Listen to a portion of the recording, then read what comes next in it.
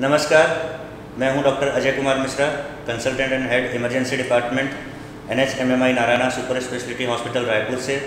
आज आपके सामने फिर से एक बार हाजिर हैं। एक नई चर्चा का विषय, बहुत ही महत्वपूर्ण विषय है ये, जिसे हम स्ट्रोक कहते हैं या पैरालिसिस अटैक कहते हैं। और आज की इस चर्चा में मेरे साथ शामिल हैं doctor human Prasad Sinha sir और डॉक्टर प्रशांत कुमार सर, जो कंसल्टेंट न्यूरोलॉजिस्ट हैं NHMMI Narayana super speciality hospital Raipur से। सर, मैं आप दोनों का स्वागत करता हूं आज की इस चर्चा में। सिन्हा सर, मैं सबसे पहले आपसे जानना चाहूँगा कि स्ट्रोक या पैरालिसिस अटैक जो हम कहते हैं, ये होता क्या है? स्ट्रोक का दूसरा नाम हम कह सकते हैं ब्रेन अटैक। आप सबने सुना होगा हार्ट अटैक के बारे में, वैसा ही ब्रेन अटैक होता है।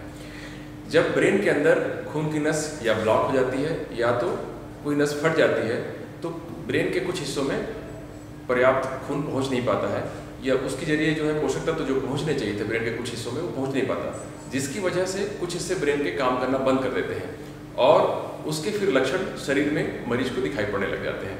यही स्ट्रोक है। तो दो प्रकार के स्ट्रोक हुए, एक हुआ इस्कीमिक स्ट्रोक और दूसरा हुआ हेमरेजिक स्ट्रोक। इस्कीमिक स्ट्रोक में खून की नस ब्लॉक हो जाती है और हेमरेजिक स्ट्रोक में खून की नस फट जाती है। प्रशांत सर, मैं आपसे जानना चाहूँगा कि ये स्ट्रोक कितना कॉमन होता है आम जनता में, आम लोगों में, इसके बारे में आप क्या बताना चाहेंगे? स्ट्रोक के बारे में जो हमारे भारतवर्ष में जो डाटा है रिसर्च में, तो उसमें स्ट्रोक जो है एक बहुत ही मुख्य कारण है।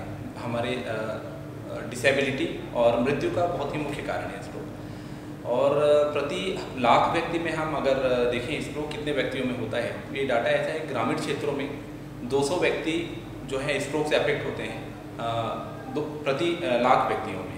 और शहरी क्षेत्रों में इसका नंबर थोड़ा ज़्यादा है, लगभग 400 लोगों में स्ट्रोक प्रति लाख व्यक्तियों में होता है स्ट्रोक। और स्ट्रोक ज़्यादातर महिलाओं में और पुरुषों में अगर हम कंपैरिजन करें तो पुरुषों में इसका जो स्ट्रोक होने की संभावना ज़्यादा होती है।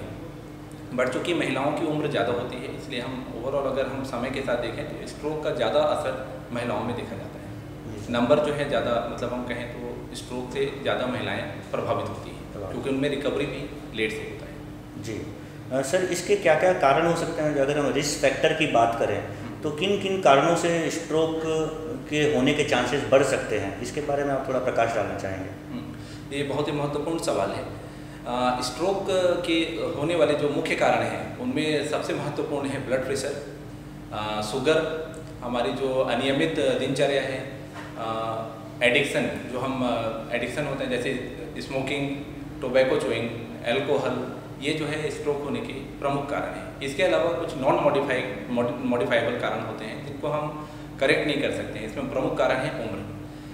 तो स्ट्रोक जो है ज़्यादातर उम्र दराज लोगों में होता है। उम्र जैसे जैसे बढ़ता है स्ट्रोक की संभावना बढ़ती जाती है, स्ट्रोक होने की संभावना बढ़ती है। तो उम्र एक बहुत ही मुख्य कारण है। दूसरा जेंडर की, जैसे मैंने अभी पहले भी बताया कि स्ट्रोक जो है पुरुषों में एज वाइज यदि हम देखें, यदि हम उम्र के एक ग्रुप में देखा जाए, सब कुछ 50 से 60 साल की उम्र के ग्रुप में देखा जाए, तो पुरुषों में स्ट्रोक का प्रिवेलेंस ज़्यादा है, स्ट्रोक ज़्यादा सामान्यतः पाया जाता है पुरुषों में।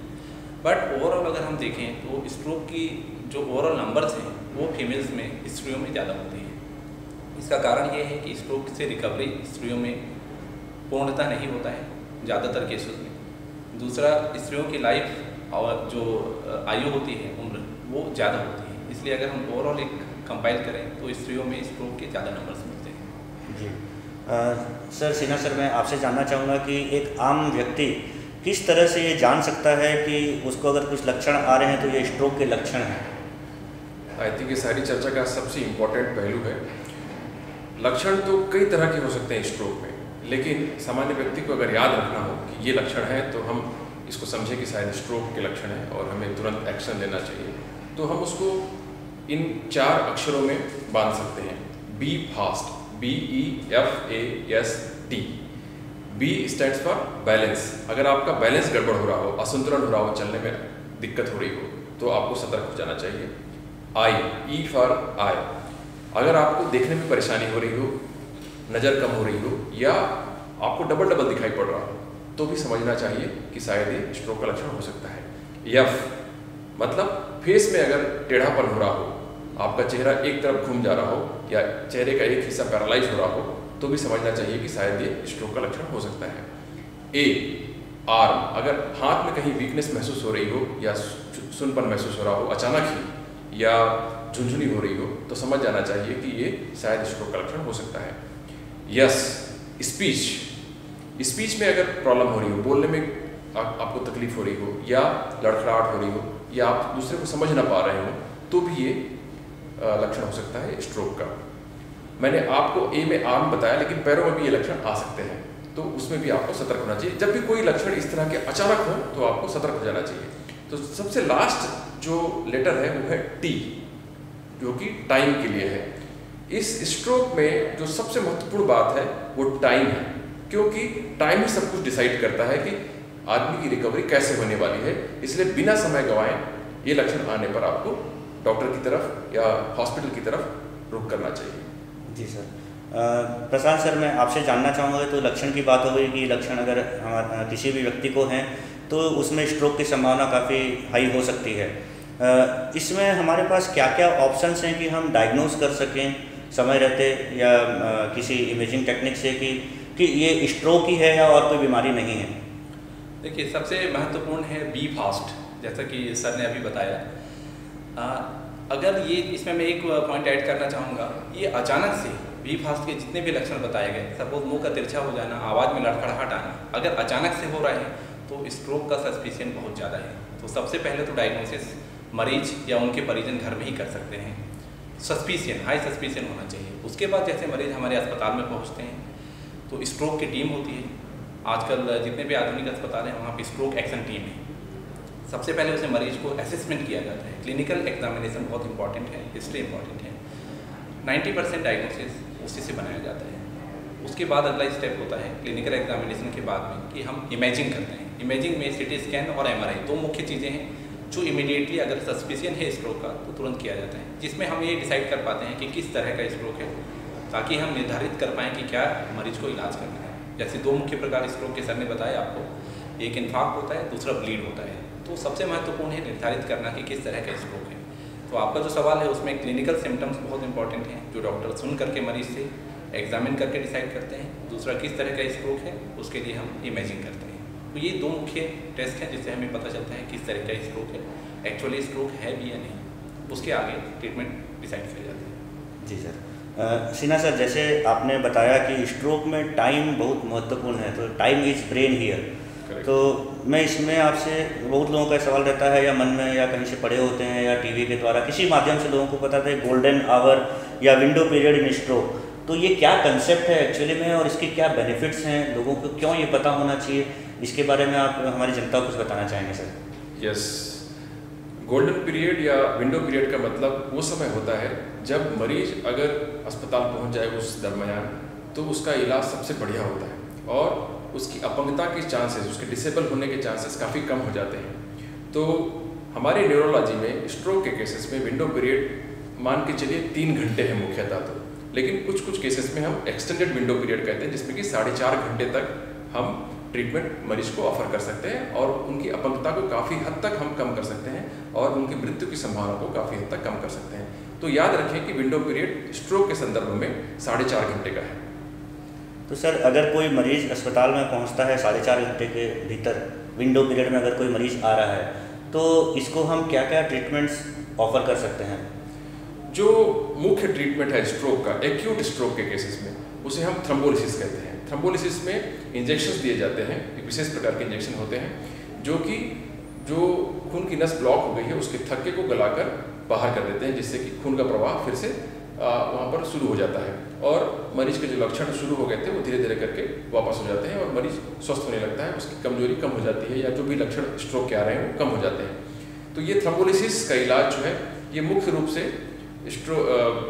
विंडो पीरियड वाले मरीजों को दिया जाता है, जो कि 4.5 घंटे तक हम दे सकते हैं। जी सर। प्रशांत सर, मैं आपसे जानना चाहूँगा कि कुछ मरीज ऐसे भी होते हैं जो काफ़ी दूर से आ रहे हैं या समय पे उनको पता नहीं लग पाया, कई बार ऐसे होता है कि रात में सोते सोते भी स्ट्रोक हो जाता है, तो ऐसे पेशेंट्स यूजुअली विंडो पीरियड के बाद हमारे पास हॉस्पिटल में आते हैं, तो ऐसे मरीजों के लिए क्या ट्रीटमेंट ऑप्शंस अवेलेबल हैं?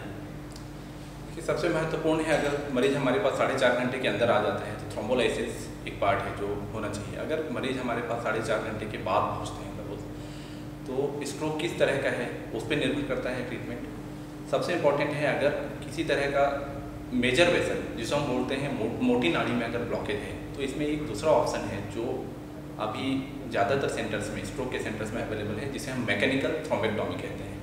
इसमें क्या किया जाता है, अगर मरीज 6 घंटे के अंदर पहुंच जाता है और हमने जांच में देखा, सिटी स्कैन में या फिर MRI में, अगर हमें पता चलता है कि उनकी मुख्य नाड़ी में, जो हमारे हृदय से ब्रेन की तरफ जाने वाली जो 4 मुख्य नाड़ियाँ होती हैं, अगर उसमें कहीं पर ब्लॉकेज है तो वो उसको जो है हम मैकेनिकली जांघ के थ्रू जो है या फिर जांघ के थ्रू जा करके हम उसको पुल आउट कर सकते हैं, खींच सकते हैं, जिससे क्या होगा, जो खून का जो मार्ग अवरुद्ध हुआ है उसको निकाला जा सकता है और दोबारा से हम प्रवाह को स्टेबल कर सकते हैं। तो ये एक ऑप्शन बहुत महत्वपूर्ण है, मैकेनिकल थ्रोम्बेक्टोमी। तो याद रखें, अगर 6 घंटे के अंदर मरीज पहुंचता है और मेजर वेसल में ब्लॉकेज दिखता है बड़ी मोटी नाड़ी में, तो हम मैकेनिकल थ्रोम्बेक्टोमी का ऑप्शन दे सकते हैं।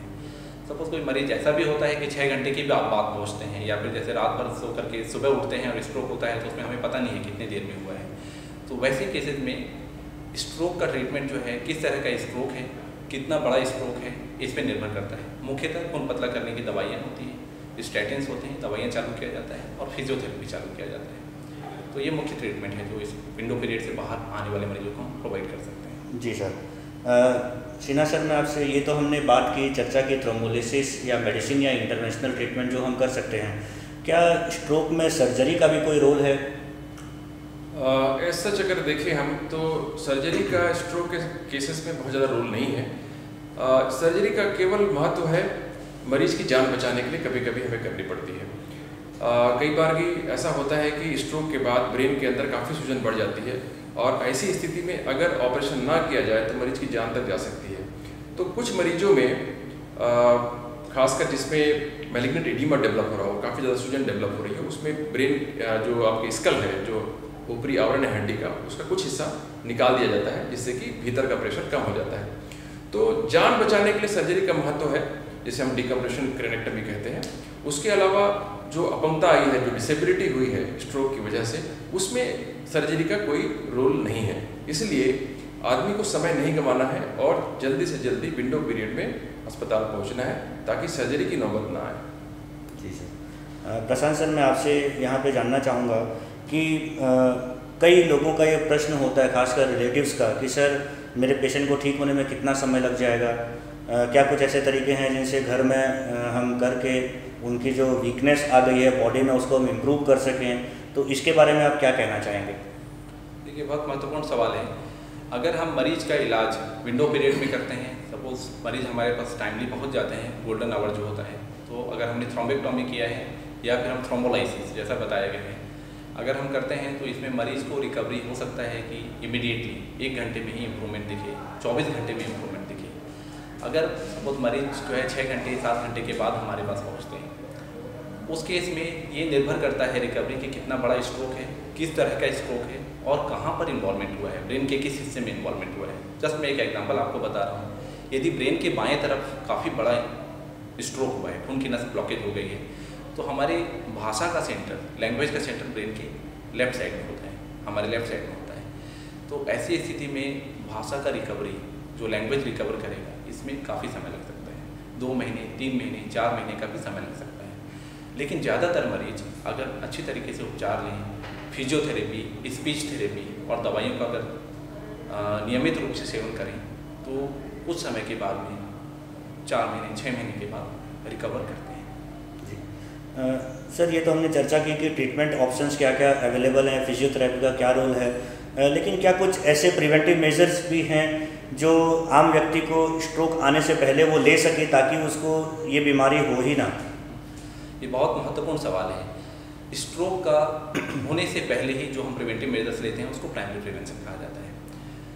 अगर किसी व्यक्ति को ब्लड प्रेशर, शुगर की बीमारी है, या यदि कोई व्यक्ति शराब का अत्यधिक सेवन करता है, स्मोकिंग, टोबैको, इस तरह की आदत है, अगर हम इसको ही सपोज स्मोकिंग को स्टॉप कर दिया जाए, टोबैको चूइंग आप कम कर दीजिए, बंद कर दीजिए, ब्लड प्रेशर को काफ़ी नियमित रूप से कंट्रोल करें, रेगुलर अपने फिजिशियन से मिलते रहें और शुगर का अच्छा कंट्रोल करें, तो ये हमारे स्ट्रोक के होने की संभावना को काफ़ी हद तक कम कर देता है।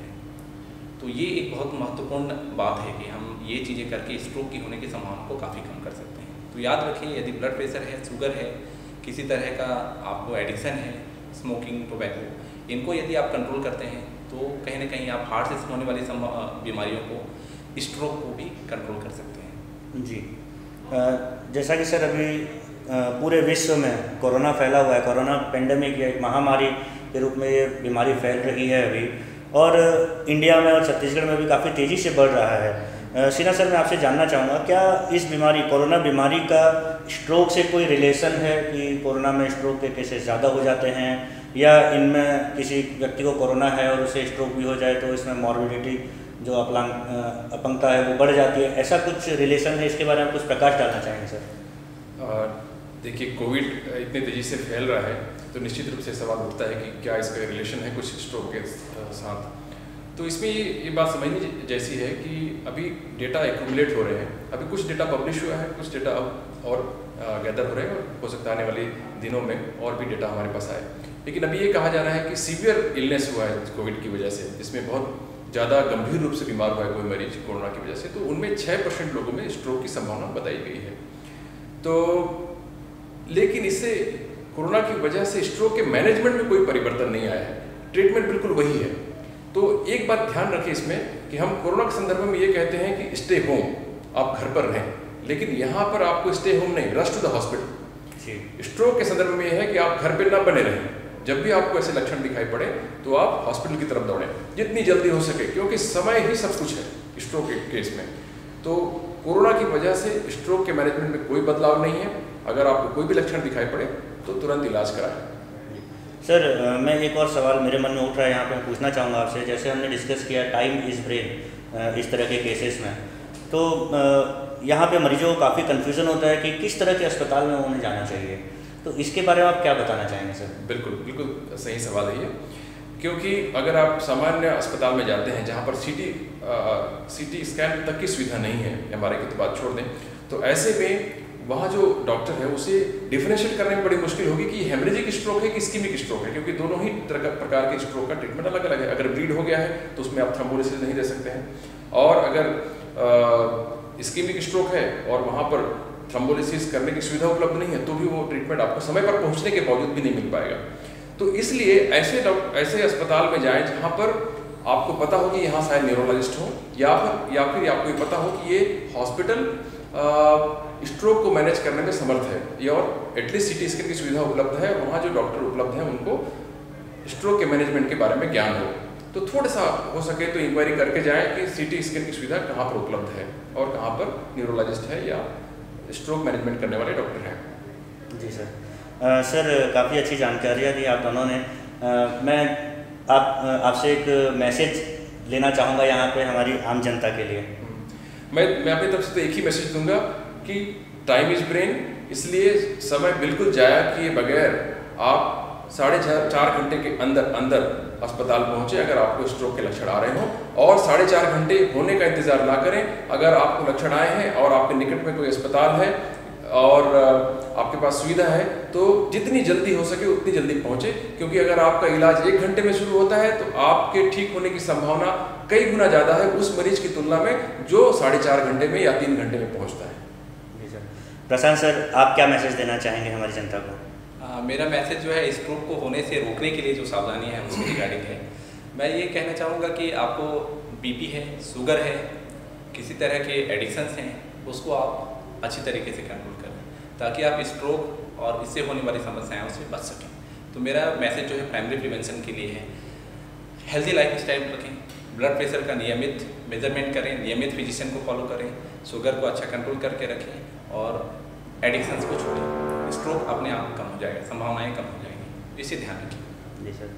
आशा करता हूँ हमारे दर्शकों को आज बहुत सारी जानकारियाँ ऐसी मिली होंगी जो उनके हेल्थ को मेंटेन करने के लिए, या किसी को अगर स्ट्रोक हो जाए तो उसका ट्रीटमेंट ऑप्शन जल्दी से जल्दी करा पाएँ, इसके लिए बहुत सारी ढेर सारी जानकारियाँ मिली होंगी आपको।